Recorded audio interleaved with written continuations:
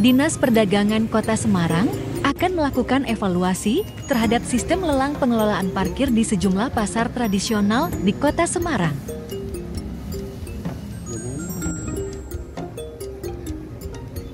Evaluasi ini dilakukan karena sempat terjadi ketegangan saat pemerintah Kota Semarang mengumumkan hasil pemenang lelang lahan parkir untuk 40 dari 52 pasar tradisional pada Selasa, 3 Juni tahun 2025.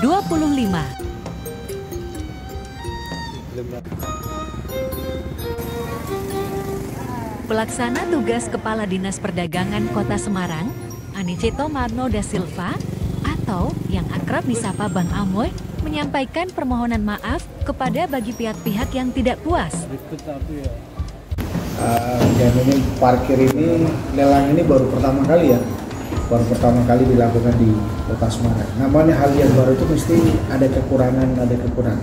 Tapi ini sebagai bahan evaluasi ke depan, harapan kami untuk sistem lelang ini kita akan perbaiki sebaik mungkin supaya nanti pihak-pihak yang merasa tidak terima, tidak puas, itu mereka juga bisa menerima. Sebelumnya, konflik antar pengelola lahan parkir ini bermula pasca pengumuman hasil seleksi pengelolaan lahan parkir pasar tradisional oleh Pemkot Semarang. Ketegangan muncul saat pemenang seleksi mulai bekerja di beberapa titik pasar seperti Pasar Johar.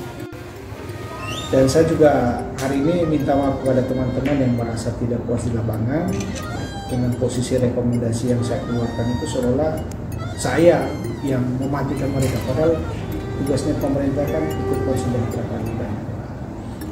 Dan ini harapan saya titip kepada siapapun pemenang di lapangan itu untuk menjaga kota ini tetap aman dan kondusif, tidak boleh menimbulkan gesekan-gesekan itu.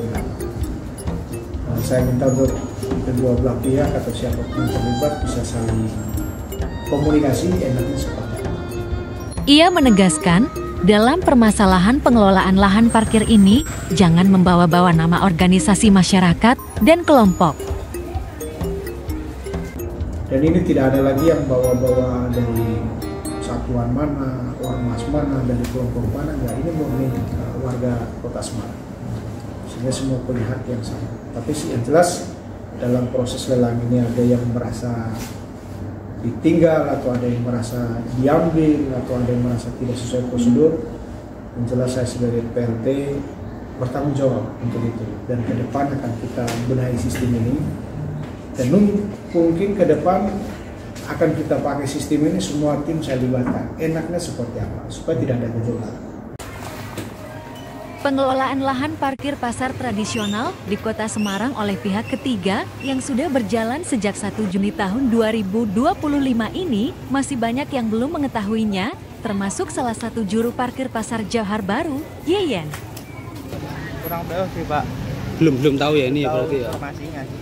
Jadi selama ini masih tetap narik seperti biasa gitu ya? Masih biasa. Oke. Seperti biasanya.